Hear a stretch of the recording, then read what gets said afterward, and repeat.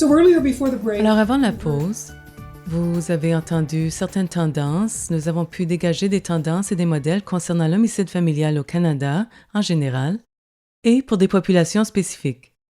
Nous voulons maintenant nous tourner vers 4 personnes qui ont contribué de façon importante au travail de l'ICPHF-PV depuis le début.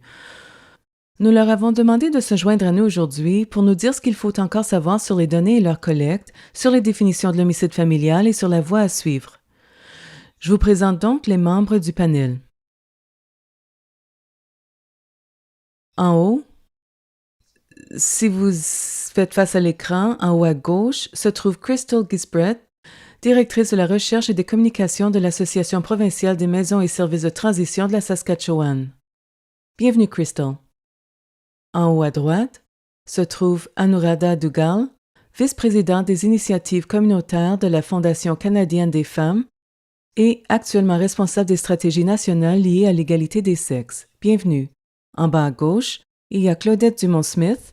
Elle est l'ancienne directrice exécutive de l'Association des femmes autochtones du Canada. Elle est présentement coprésidente du sous-groupe de travail fédéral chargé d'élaborer un plan d'action national en réponse aux demandes de justice en faveur des femmes et des filles autochtones disparues et assassinées. Bienvenue, Claudette. Et enfin, en bas à droite, il y a Wendy Vrock-Oftal. Elle est représentante de la recherche sur les enquêtes au Bureau du défenseur des enfants et des jeunes de l'île du Prince-Édouard. Bienvenue, Wendy. Notre programme fournit plus d'informations sur ces expertes dans le domaine de l'homicide familial et de la prévention de la violence familiale.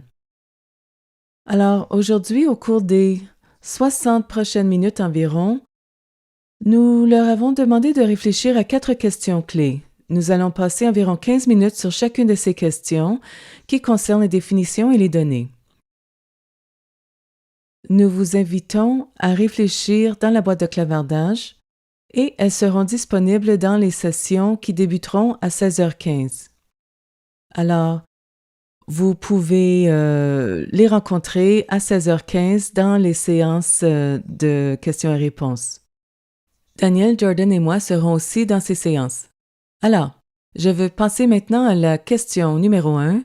Nous allons passer environ 15 minutes sur chaque question et demander à chacune des panélistes de réfléchir 3 ou 4 minutes sur cette question particulière.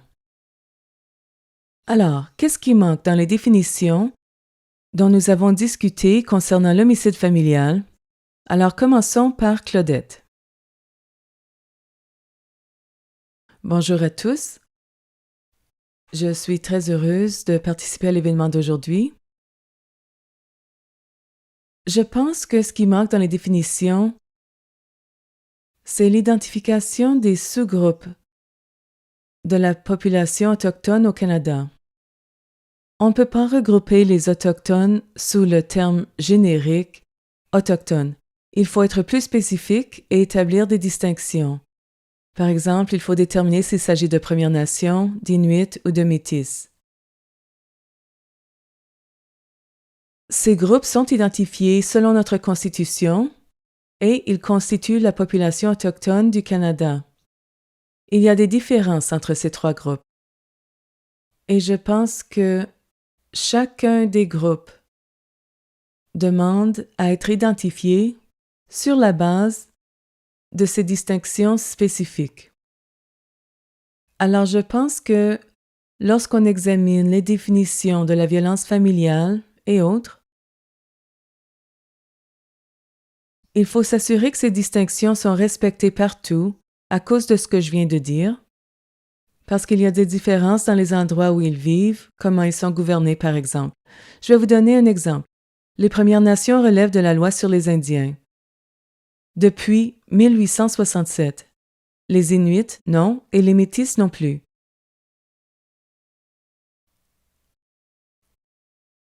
Les circonstances sont différentes pour chaque population. Et plus on le définit, plus on aura d'informations pour lutter contre les taux élevés de violence au sein de ces populations. Alors, je reste là pour l'instant et j'y reviendrai. Et si quelqu'un a des questions, j'essaierai d'y répondre du mieux que je peux. Merci. Merci, Claudette. Je pense que c'est un point très important. La distinction est basée sur la collecte de données et non sur le fait de traiter tous les groupes comme étant homogènes. Merci. Alors, Anuradha, qu'est-ce qui manque aux définitions dans votre pratique? L'une des premières choses qui m'a frappée dans les données partagées est que beaucoup de ces informations sont limitées à ce qui a été rendu public. Dans certains cas, il y a aussi des estimations. Pour les populations de réfugiés et d'immigrants, le fait de se fier au rapport des médias comme source de données, bien que ce soit important parce qu'il y a très peu d'autres informations disponibles, par exemple, Statistique Canada ne calcule pas les taux d'homicide pour les populations d'immigrants et de réfugiés, alors nous devons trouver les données quelque part. Mais malheureusement, ces données sont souvent liées à des rapports biaisés ou à un ton ou une attitude à l'égard de la culture et des réalités culturelles qui peuvent mener à des hypothèses sur certaines populations. Alors, les données sont là, mais ce n'est peut-être pas de la manière dont je voudrais qu'elles soient développées. Une deuxième remarque. Souvent, les populations sans papier ne sont pas du tout représentées. Il s'agit d'une considération importante parce que souvent, les populations qui sont au Canada, soit parce que leur statut a expiré, soit parce que leur situation a changé, sont désormais privées de certains types de protections liées à leur statut. Et le statut est souvent utilisé comme un outil de violence psychologique dans les relations abusives. Alors c'est préoccupant, le fait que ces personnes ne sont pas visibles dans les données que nous avons présentement. Et j'aimerais que cela change. Enfin, comme Claudette l'a décrit, et avec des racines coloniales probablement très similaires, le fait de regrouper les immigrants et les réfugiés comme un groupe homogène signifie que nous manquons souvent de détails sur la façon dont les populations font l'expérience du racisme et de la violence systémique et de la violence dans les relations abusives. C'est une préoccupation lorsqu'il s'agit de faire une demande de politique de représentation auprès d'une organisation comme Statistique Canada. On leur demande de changer la façon dont les données sont recueillies, alors il faut leur dire comment on veut qu'elles soient recueillies. Merci. D'autres points clés. Je pense qu'il faut aussi montrer certains des défis qui sont cohérents entre les deux groupes. Vous avez mentionné le besoin de faire la distinction entre les populations autochtones et les populations d'immigrants et de réfugiés, et l'importance de reconnaître les différences au sein de ces groupes.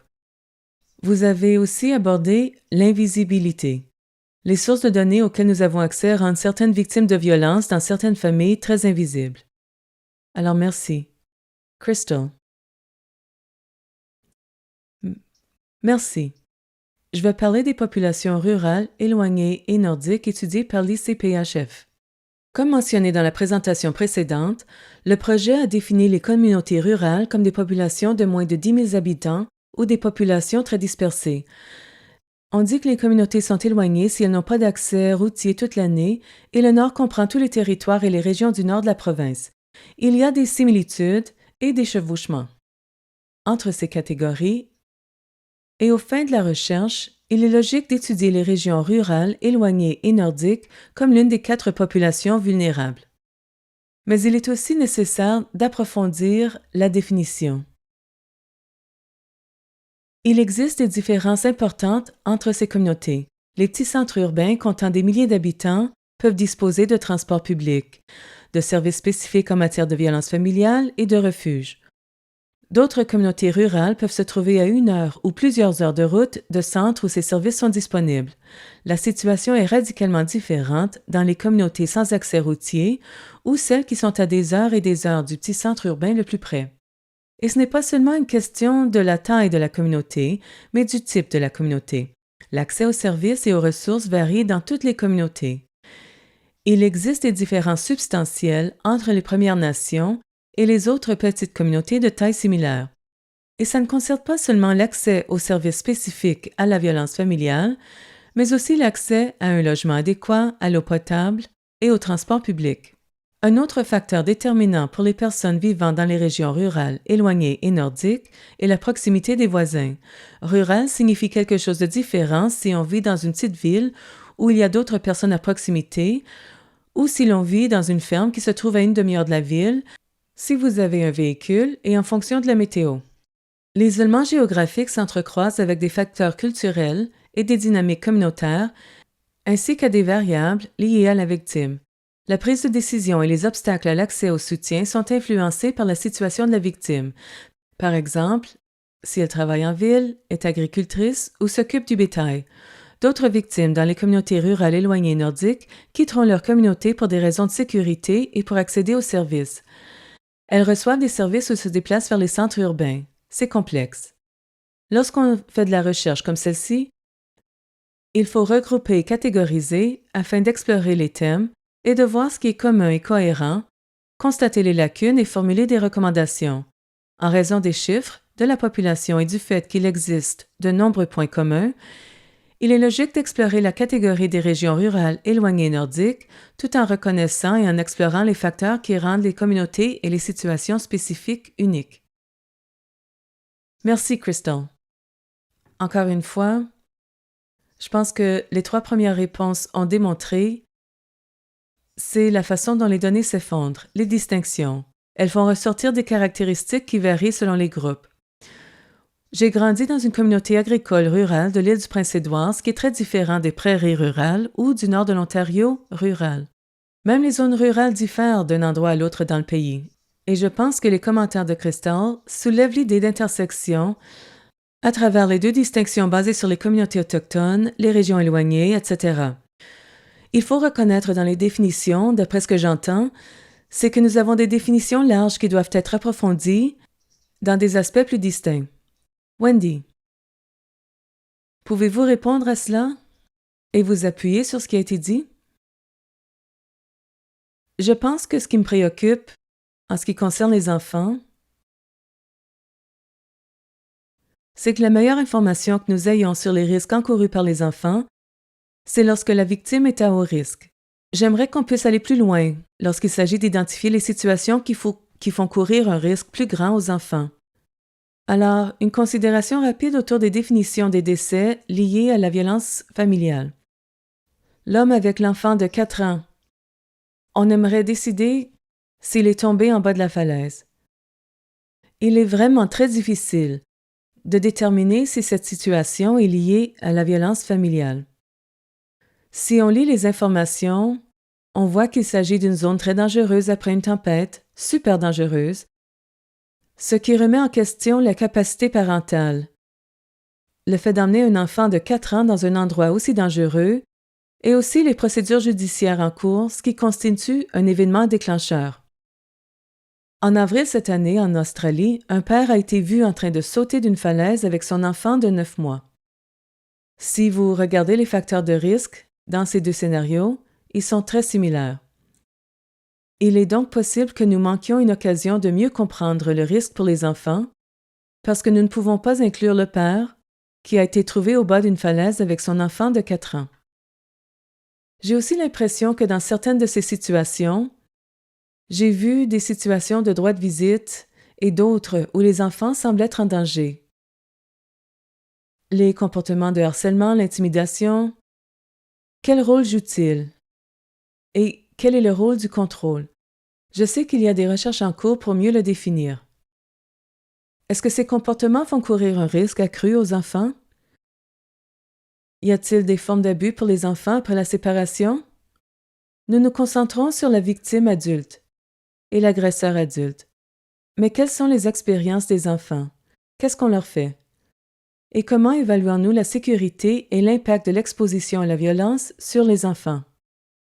Comment est-ce qu'on peut prendre cela en compte dans les lois sur les risques? Merci, Wendy. Alors encore ici, il y a des points communs entre les différentes définitions que nous utilisons. Il y a des points communs dans les définitions, mais aussi des variations. entre les différents types de cas que nous rencontrons. Il nous reste 3 minutes environ. Est-ce que l'un des commentaires des autres panélistes vous a incité à penser à d'autres choses que vous vouliez ajouter? Vous pouvez intervenir. J'aimerais ajouter quelque chose. Avec les changements apportés à la loi sur le divorce et la prise en compte très importante de la violence familiale dans un arrangement de garde et d'accès, un plan parental, je pense qu'il est vraiment très important d'avoir de très bonnes définitions et de bonnes évaluations des risques, ainsi qu'une compréhension de ce qui doit être mis en œuvre pour protéger les enfants dans ces situations. Et vraiment, qu'est-ce qu'il faut mettre en œuvre pour assurer le meilleur intérêt de l'enfant? Nous avons tendance à nous pencher sur la planification 50-50. Nous n'avons pas beaucoup examiné les domaines, et la loi sur le divorce fait un travail raisonnable, à mon avis, pour commencer à définir qu'au lieu d'une coparentalité constante où on a besoin de la permission d'un parent la plupart du temps, à moins qu'il s'agisse d'une décision importante, la recommandation est que le parent qui a la garde quotidienne, à ce moment-là, prenne certaines des décisions de base. Je pense que cela va aider.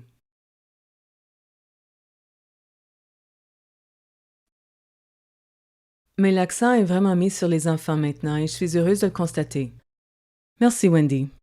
Alors, nous avons abordé certaines des questions de surface liées aux définitions, non seulement de l'homicide familial, mais aussi de diverses populations sur lesquelles nous pourrions nous concentrer. Alors, je pense que nous avons fait ce premier pas pour comprendre que ce que nous avons fait est vraiment essentiel, mais que nous devons nous assurer de ne pas perdre le caractère de ce qui se passe dans ce cas, car tous les cas sont différents. La deuxième question. Avec un projet axé sur les populations vulnérables ou marginalisées, et en essayant de comprendre comment nous pouvons mieux informer l'évaluation et la gestion des risques, améliorer la planification de la sécurité, nous voulions que les panélistes rêvent. Ce que nous aimons toujours faire. Établir une liste de souhaits. Alors, qu'est-ce qu'il manque dans les informations dont nous disposons actuellement? Quelle est votre liste de souhaits concernant les informations qui, à votre avis, seraient essentielles à la prévention en matière de risque et de sécurité?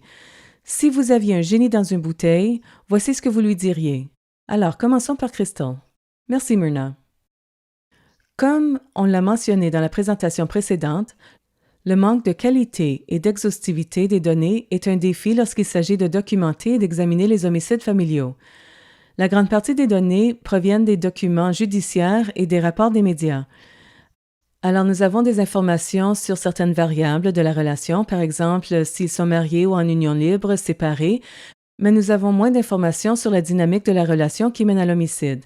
Alors, qu'est-ce qui ressort des décisions de justice? Ce qui a été apporté comme preuve documentée dans les jugements est souvent le reflet de ce qui était connu et enregistré, ainsi que ce qui est considéré comme étant pertinent et important. Si des facteurs de risque particuliers ne sont pas reconnus comme étant pertinents, il se peut que les informations ne soient pas recherchées ou apportées et on n'a pas une image complète. Et comme on l'a déjà mentionné, la grande partie de ce qu'on a provient des rapports des médias, y compris les détails que les membres de la famille et les autres personnes touchées partagent.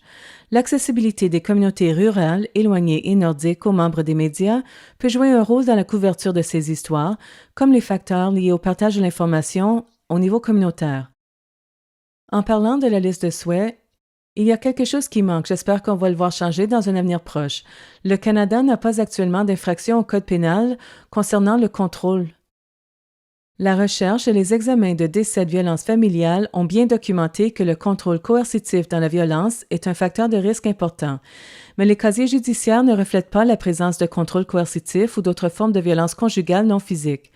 La criminalisation du contrôle coercitif va améliorer la qualité des données dans les recherches futures en documentant une forme vraiment sérieuse de violence conjugale qui n'apparaît pas présentement dans les dossiers officiels.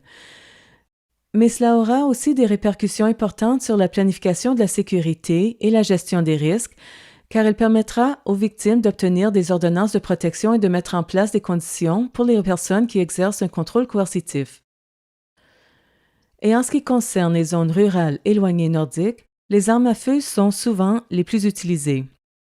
Ce que nous ne savons pas, c'est si ces armes à feu étaient détenues légalement, et nous n'avons pas de données concernant des incidents antérieurs ou des indications d'utilisation dangereuse ou de menaces les impliquant. Nous ne savons pas non plus s'il y a eu des ordonnances impliquant la remise ou la non-possession d'armes à feu. Il s'agit d'informations essentielles pour déterminer et gérer le risque posé par les personnes violentes, en particulier dans les communautés rurales. Et, encore une fois, en ce qui concerne spécifiquement les communautés rurales éloignées nordiques, c'est la possession d'animaux. Le fait d'avoir été impliqué auprès d'organisations de contrôle des animaux est une variable importante que l'ICPHF a signalée, mais les données n'étaient pas disponibles dans de nombreux cas. La recherche, y compris au Canada, nous apprend que la maltraitance des animaux, la violence conjugale et la maltraitance des enfants coïncident souvent et que, lorsque les animaux ne sont pas maltraités, la propriété d'animaux de compagnie et de bétail reste un obstacle. D'autres facteurs sont particulièrement pertinents pour les zones rurales éloignées nordiques, notamment la précarité, l'emploi et le chômage. Il faut donc tenir compte de ces risques lorsqu'on défend et conçoit des mesures de soutien pour les victimes et les agresseurs. Pour avoir un tableau complet, les données collectées par divers prestataires de services sont nécessaires. Je m'arrête ici, mais je veux souligner qu'il est extrêmement difficile de recueillir et de compiler des données au niveau individuel pour les victimes et les agresseurs, mais il est encore plus difficile de quantifier les données relatives aux facteurs sociaux ou sociétaux des communautés. Merci, Crystal. Oui. Les défis concernant les données au niveau individuel sont essentiels, mais lorsqu'on passe au niveau communautaire et sociétal, cela devient encore plus un dilemme que nous devons résoudre si on veut progresser. Vous avez soulevé d'excellents points. Je vais en relever un avant de passer à Nourada. Nous avons discuté de ce qu'il faut faire comme infraction pour le comportement contrôlant et il y a une discussion clé en cours à ce sujet. Mais il est intéressant de noter qu'il n'y a même pas d'infraction de violence familiale. Alors, quand on réfléchit aux questions de définition, je pense que les différents cas sont traités différemment selon les juridictions, qui ne considèrent pas toute la violence familiale et les cas de violence familiale de la même façon. Ainsi, des infractions générales sont appliquées à des infractions liées à la violence familiale. À vous, à nous. Oui, merci, Myrna. Je pense que lorsque j'examine certains des points soulevés par Crystal, et que je m'appuie sur ces points, lorsqu'il s'agit du niveau de données, une chose que l'on remarque, c'est que lorsqu'on se concentre sur les individus, cela nous emmène parfois à nous concentrer sur des cultures particulières ou sur ce qu'on a tendance à appeler des pratiques culturelles, plutôt que de comprendre l'homicide familial et la violence familiale comme un problème dans le cadre d'une compréhension globale de l'utilisation du pouvoir et du contrôle dans ce qui est essentiellement un système patriarcal. Et ça se manifeste en fait dans toutes les communautés, mais de façon très différente. Alors lorsque je pense à passer d'un niveau de compréhension individuelle à une compréhension plus systémique, comprendre comment le racisme est lié à tout cela, comment les différents services juridiques ou de justice discriminent contre les populations réfugiées et immigrées, les obstacles à l'accès à différents types de soutien en fonction de la langue ou en fonction de l'emplacement, du lieu social, mais aussi du niveau d'éducation, de la géographie, de l'endroit où les gens se trouvent physiquement dans le pays. Tous ces éléments peuvent s'ajouter aux obstacles systémiques. Il est très important de les comprendre. Parce que lorsqu'on comprend ce qui se passe maintenant, cela nous aide à utiliser cette compréhension pour apporter des changements à l'avenir. Et je pense que cela dépasse les éléments individuels dont je vais parler davantage maintenant. Ces domaines plus systémiques sont très préoccupants. Alors, parmi les autres choses sur ma liste de souhaits, il y a les communautés qui pourraient être les plus touchées. Est-ce que cela a à voir avec le régionalisme? Est-ce régional au Canada ou au lieu d'origine? Certaines communautés semblent-elles plus ciblées? Y a-t-il un soutien linguistique spécifique pour certains types de communautés? Depuis combien de temps les victimes ou les agresseurs vivent-ils au Canada? S'agit-il d'immigrants, de réfugiés, de résidents permanents, de citoyens canadiens? Ces facteurs d'intégration, le stress de la migration, les demandes d'asile, peuvent tous être pertinents lorsqu'il s'agit de comprendre pourquoi la violence fatale est utilisée. Et cela s'appuie sur nos initiatives de prévention. Je pense aussi que j'aimerais voir plus d'informations sur les personnes qui ont recours à la violence. Il y a beaucoup de lacunes dans la compréhension des raisons et des personnes, à savoir s'il y avait de l'aide disponible et d'où elle venait. Je pense que nous devons être capables. Alors, dans les communautés d'immigrants et de réfugiés, nous savons que demander de l'aide et s'adresser au système juridique sont des obstacles en soi à cause de la discrimination et du racisme systémique. Dans la police et les tribunaux, il y a aussi un tabou et de la stigmatisation au sein de la communauté. Alors, qu'est-ce que les communautés peuvent faire pour aider ceux qui ont recours à la violence et mettre en place des mesures préventives? Je pense que si nous en savions plus sur l'ensemble de la situation, nous aurions plus de possibilités d'avoir des intersections et d'apporter des changements. Merci. Encore une fois, beaucoup de bons points. Et je pense que cela met en évidence l'une des lentilles que j'ai mentionnées et qu'on a examinées pendant ce travail avec une lentille socio-écologique qui inclut l'individu et les relations, ainsi que les communautés. Parce que si nous avons des communautés qui ont des services, mais où il y a du racisme et de la discrimination, qu'il s'agisse d'une femme violentée ou d'un accusé qui demande de l'aide, ces services ne pourront pas atteindre leurs objectifs de prévention. Alors, il s'agit d'examiner ce que les communautés partagent ou ne partagent pas en termes de ressources disponibles pour combattre ou réagir à la violence dans leur communauté. Wendy, qu'est-ce qui fait partie de votre liste de souhaits? J'aimerais voir une utilisation plus cohérente des outils d'évaluation des risques plus formels, parce qu'il y a beaucoup de variabilité et que les outils ont des objectifs différents. Alors, il est important de le reconnaître. Si c'est un outil utilisé par la police dans le moment, c'est utile dans le moment. Mais la question qui se pose, si on gère une famille au fil du temps, est-ce suffisant comme évaluation des risques si on est en mesure, à ce moment-là, de traiter le risque? Les outils d'évaluation des risques ne tiennent pas compte des risques pour les enfants.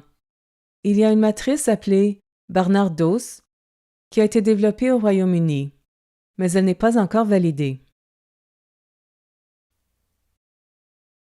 Il serait important de mettre quelque chose en place, envisager de valider cet outil d'évaluation. Il comprend des facteurs propres aux enfants, comme la manière dont ils vivent la violence. Est-ce qu'ils ont peur? Est-ce qu'ils sont victimes de maltraitance? Sont-ils capables de mettre en œuvre des stratégies de sécurité? Sont-ils plus susceptibles d'intervenir et de se mettre en danger? Alors, lorsqu'on procède à notre évaluation des risques, on s'intéresse davantage aux interactions entre les adultes et les adultes à risque. On ne cherche pas à intégrer ce qui se passe avec les enfants en même temps. L'outil comporte aussi des facteurs de protection qui sont utiles pour les personnes chargées de la planification de la sécurité et de la gestion des risques. Il intègre aussi certains des déterminants sociaux de la santé. Il tient compte de l'instabilité du logement, de la pauvreté, des réseaux sociaux, de la culture et des barrières linguistiques, ce qui indique que tous ces éléments doivent être pris en compte lorsqu'on l'utilise. J'ai aussi l'impression que si on fait la gestion des risques et la planification de la sécurité, il faut travailler dans tous les secteurs. Parce qu'une partie de la gestion des risques consiste à garder un œil sur la façon dont les choses se passent et déterminer s'il y a des événements déclencheurs. On aurait un peu plus de risques dans le moment et moins de coordination concernant des changements qui pourraient se produire. L'autre chose que nous n'avons pas vraiment fait ou dont nous n'avons pas beaucoup parlé dans le cadre de la gestion des risques et de la planification de la sécurité, c'est ce qui se passe si un agresseur doit être retiré d'un foyer, même temporairement. Certaines recherches indiquent que si des services sont fournis pour s'assurer qu'il y a une planification de la sécurité sur les mesures que cette personne prendra pour ne plus commettre cette violence. Est-ce qu'il y a une stabilité en termes de logement et d'emploi? Est-ce qu'elle a besoin de services de santé mentale ou de toxicomanie? Ces éléments sont importants parce qu'une personne déjà stressée et agitée peut causer encore plus de violence et mettre la famille en danger davantage. Et s'il y a des violations des ordonnances, comment est-ce qu'on réagit? On entend souvent dire qu'il y a des violations et qu'on ne réagit pas. Alors comment tenir les gens responsables tout en les aidant à faire de meilleurs choix? Et ensuite, le parentage. Quelle est la relation des parents avec les enfants? Je ne sais pas. Qu'est-ce qu'on ne voit pas? Pour éviter d'augmenter le risque d'homicide chez les enfants.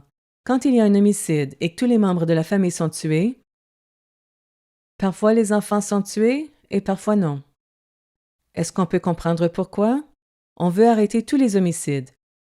Mais dans les situations où des enfants sont tués et où la victime adulte ne l'est pas, est-ce qu'on peut creuser? Est-ce qu'on peut comprendre ce qui se passe pour envoyer de l'aide? Oui, un bon point. Je pense que nous savons qu'il existe une variété d'outils d'évaluation des risques, certains formels et d'autres moins. Mais on constate aussi une reconnaissance croissante du fait que le risque n'est pas statique. Il est fluide. Il est nécessaire d'évaluer cette fluidité, y compris le rôle des enfants dans ces relations. Claudette, votre liste de souhaits. Ma liste de souhaits serait que chaque communauté des Premières Nations, il y en a environ 600, plus ou moins,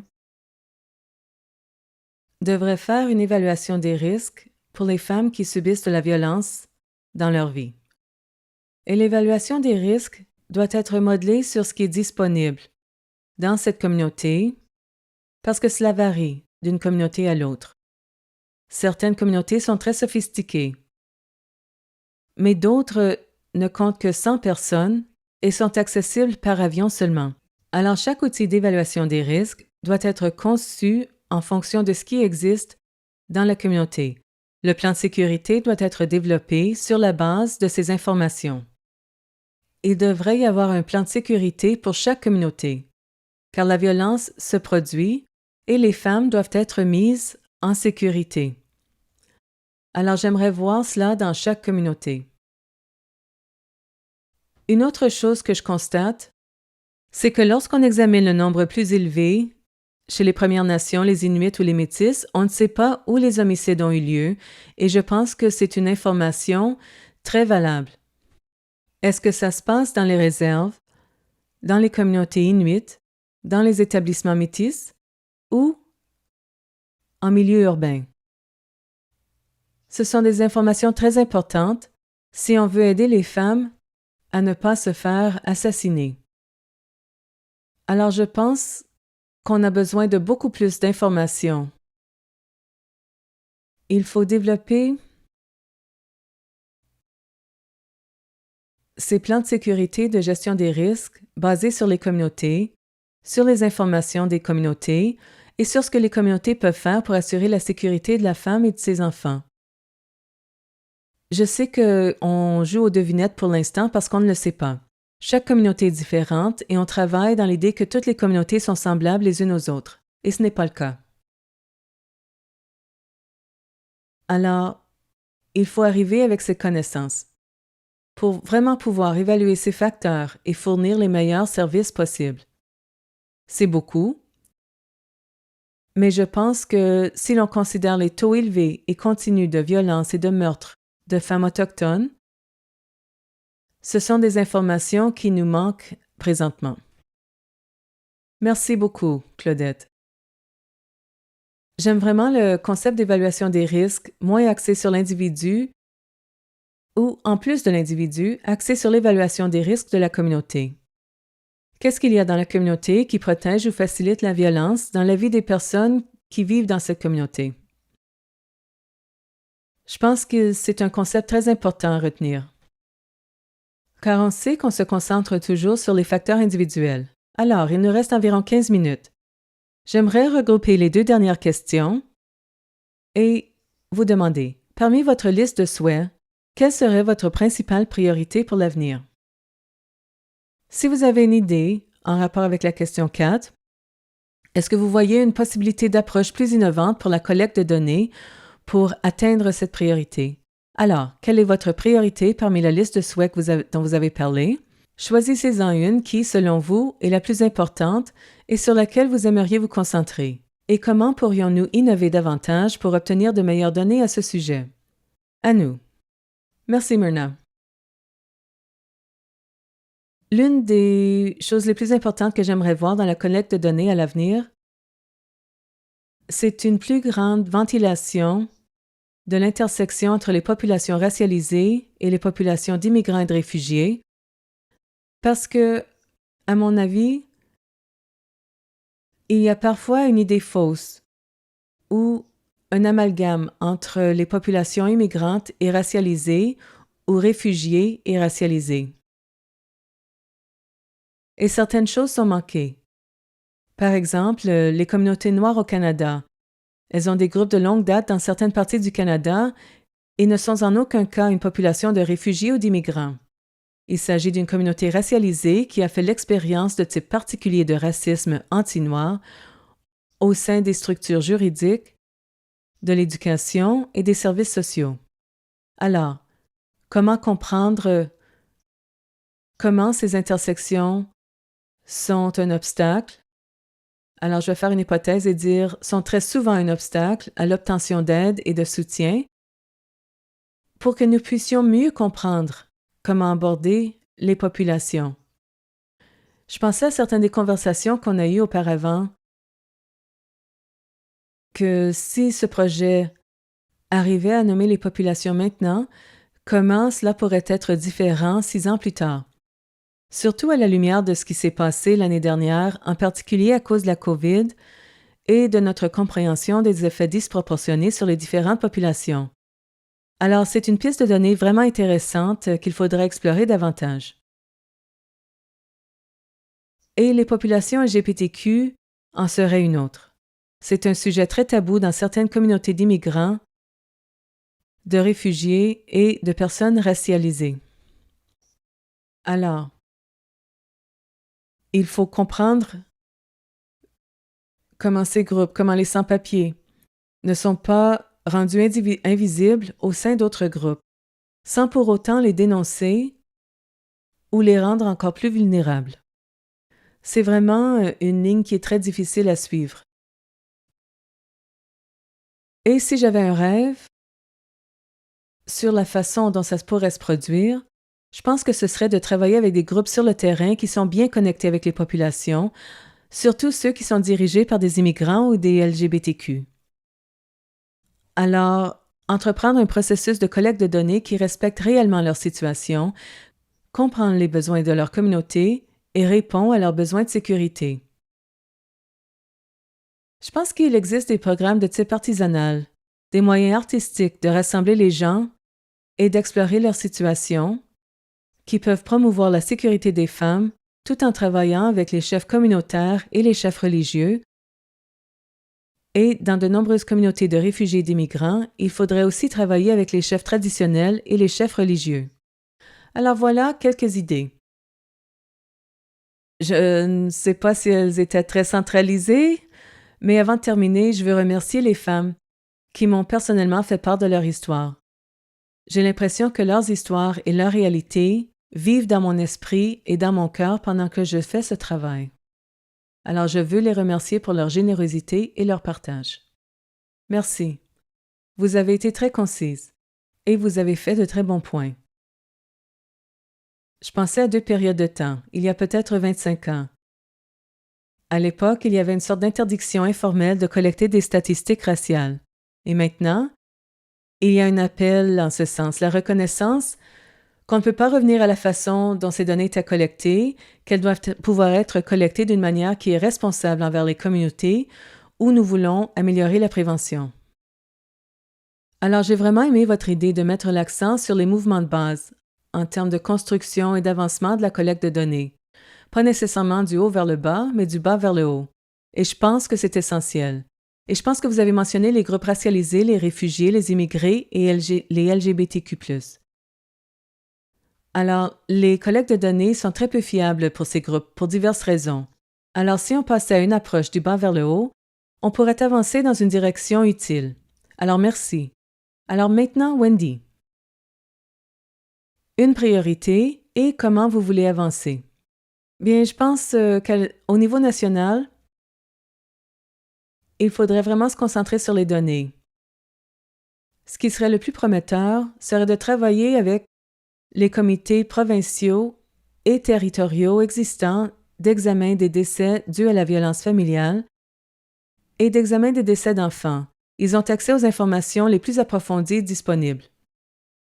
De plus, les examens des décès des enfants et des jeunes par les défenseurs. Ils sont liés à des services révisables et tendent à déterminer si un enfant a reçu des services de protection de l'enfance. Ils ont aussi accès à un grand nombre d'informations riches. Et je pense que cela permettrait d'obtenir des informations sur les différences régionales. On pourrait ensuite utiliser ces informations pour développer un ensemble de définitions et de variables standards qui seraient utilisées dans les différents programmes.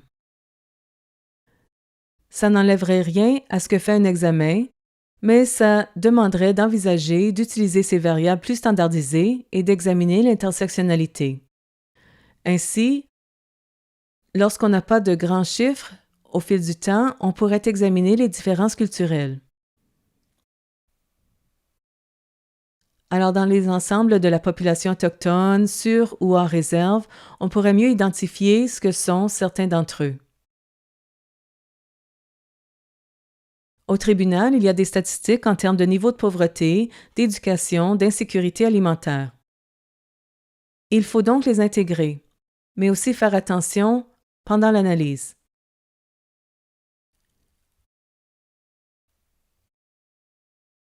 Je sais que parfois, quand on fait une analyse de base, on se dit que tout est déjà associé à l'insécurité alimentaire, mais c'est plus compliqué que cela.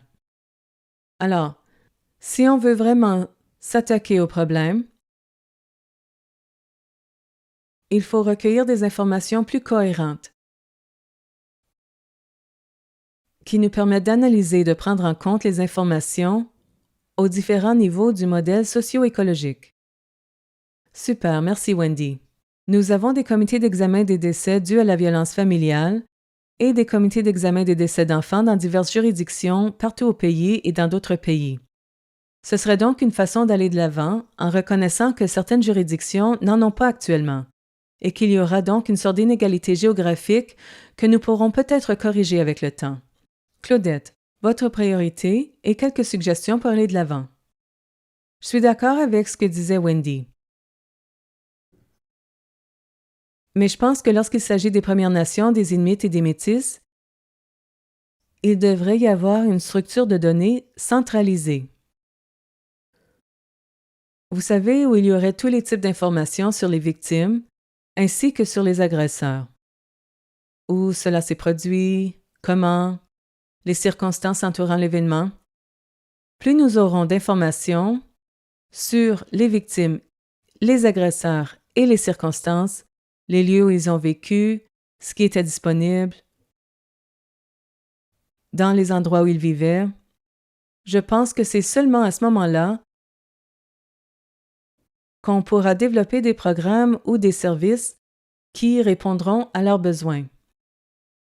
Mais je pense que tout doit venir de la communauté. La communauté doit être impliquée. Toutes les données collectives doivent être la propriété des populations autochtones. Le partage de l'information avec le courant dominant se perd souvent. Les Premières Nations, les Inuits et les Métis veulent disposer de ces informations afin de pouvoir répondre aux besoins de leur population touchée par les taux élevés de violence et d'homicide. Je pense que nous devrions avoir quelque chose de très national, mais qui fonctionne avec toutes les régions du Canada, comme l'a dit Wendy. quelque chose qui nous permettra d'obtenir autant d'informations que possible, en plus de ce qui se fait dans les examens des décès dus à la violence familiale. Et ça doit se faire avec la population autochtone. Sans cela, on n'arrivera pas à résoudre le problème à la racine et à réduire les taux d'homicide et de violence contre les femmes autochtones au Canada. Alors, je suis vraiment en faveur de cela, de l'obtention de ces informations, de ces données, d'une sorte de structure de base de données nationale. Et le plus tôt sera le mieux. Merci. Je pense que vous soulignez 2 ou 3 choses que les autres panélistes ont dites. Nous parlons de 2 choses, l'accessibilité des données et leur disponibilité. On peut collecter ces données et plusieurs d'entre vous ont mentionné qu'il est important que les communautés soient impliquées. Ces données doivent être axées sur la communauté, mais il est aussi important que ces communautés aient accès à ces données pour pouvoir comprendre ce dont elles ont besoin en termes de prévention. Les données disponibles sont utiles seulement si elles sont réellement accessibles aux communautés qui en ont besoin. Alors merci Claudette. Crystal, votre priorité et les moyens potentiels d'aller de l'avant. Bon, je pense que ma priorité et la direction que nous devons prendre correspondent très bien à ce que mes collègues ont dit et à ce que vous venez de nous montrer, Myrna. Une chose dont nous avons besoin pour informer la prévention, c'est des données sur les services, y compris la police et les services de soutien. À savoir si les victimes ou les agresseurs y ont eu accès avant l'homicide, et si oui, depuis combien de temps et le résultat des interactions. Mais de plus, lorsqu'on examine les communautés rurales éloignées nordiques, il faut savoir combien d'options étaient disponibles et accessibles, y compris la GRC, les refuges, les programmes de traitement de la violence pour les personnes qui ont eu recours à la violence. Cela aidera à comprendre les obstacles au signalement et à la recherche de soutien, ainsi que les obstacles liés aux lacunes dans les services, et la disponibilité du transport. Cela permettra d'informer les recommandations d'intervention dans les communautés rurales éloignées et nordiques et nous dire ce que nous devons faire. Une partie du défi, c'est que les chercheurs ont une idée des variables pertinentes pour comprendre la dynamique de la violence conjugale et des homicides entre partenaires intimes, ainsi que des données nécessaires. Mais comme on l'a dit, l'exhaustivité et l'accessibilité des données posent problème. Un autre défi, c'est que certaines des variables qui nous intéresseraient ne sont pas nécessairement les informations qui sont évaluées et enregistrées par la police ou la probation ou les organismes qui travaillent avec les victimes et les survivants de violences conjugales. Nous avons donc besoin de partenariats entre les chercheurs universitaires et communautaires et les organismes gouvernementaux qui détiennent des informations sur les contrevenants. Ces partenariats sont essentiels pour établir des lignes directrices concernant l'accès aux données et pour travailler ensemble à la rationalisation des méthodes de collecte et d'accès aux données. De façon à ne pas imposer un fardeau excessif aux prestataires de services et à leurs clients, mais de façon à donner aux chercheurs, aux décideurs et aux praticiens la possibilité de répondre à ces questions et de travailler ensemble pour pouvoir formuler des recommandations afin d'améliorer les pratiques. En résumé, des données complètes provenant de sources multiples sont nécessaires pour informer les chercheurs, décideurs, praticiens qui travaillent à la prévention. La sensibilisation continue du public aux signes d'alerte, aux facteurs de risque et aux aides disponibles est l'un des outils les plus importants en matière de prévention. L'autre chose qui va dans le même sens, c'est qu'à mesure que nous sensibilisons le public aux signes d'alerte et aux facteurs de risque, je pense que cela va améliorer la qualité des données qui sont reflétées dans les rapports des tribunaux et dans les reportages des médias. Cela améliore donc les interventions et les réponses à la violence conjugale, mais aussi la qualité des données accessibles au public. Merci beaucoup, Crystal. Je suis toujours enthousiaste lorsqu'on a des discussions comme celle-ci. Les gens apportent beaucoup d'idées aux discussions et je pense qu'il y a eu tellement de choses que vous avez dites. J'ai toutes sortes de notes ici et je pense qu'il y a eu beaucoup d'éléments de réflexion pour aller de l'avant. Et vous savez, l'une des choses dont nous avons en quelque sorte parlé avec beaucoup d'entre vous auparavant, ce sont nos sources de données utilisées pour l'ICPHF-PV. Ce sont les médias et les documents judiciaires. Mais comme on le voit dans notre rapport, On parle du fait que parfois nos données officielles, qui sont très axées sur l'administration, sont souvent problématiques, aussi problématiques que les données que nous obtenons des médias et des documents judiciaires. Il faut donc reconceptualiser. C'est l'un de mes champions. Une reconceptualisation de la raison pour laquelle nous collectons des données. Est-ce qu'on le fait à des fins administratives ou à des fins de prévention? Alors, comme vous l'avez dit, en termes de données axées sur la communauté, il faut s'assurer que nos définitions n'élargissent pas les choses et ne manquent pas les distinctions entre les différents groupes. Il faut comprendre les évaluations des risques communautaires par opposition aux évaluations des risques basées sur l'individu. Alors, je veux vous remercier chaleureusement d'avoir pris le temps de passer 1 heure avec nous cet après-midi et de nous avoir fait part de vos points de vue sur les diverses populations sur lesquelles nous nous sommes concentrés. Les populations rurales, éloignées, du Nord, les enfants autochtones, les immigrants et les réfugiés. Merci beaucoup.